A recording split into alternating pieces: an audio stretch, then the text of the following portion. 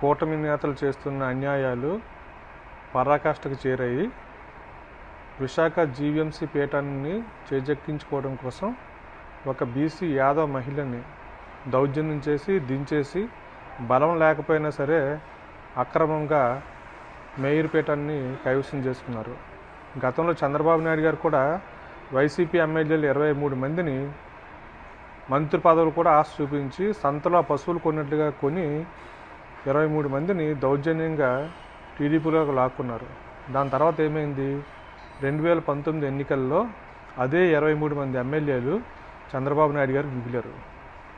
ఇప్పుడు మీరు ఏదైతే ఈ కుట్రలు అన్యాయాలు చేస్తున్నారో ఇది కర్మ ఫాలోస్, ఖచ్చితంగా ఇది రిపీట్ అవుద్ది. గుర్తుంచుకోండి, ఇది ఇక్కడతో ఆగిపోలేదు.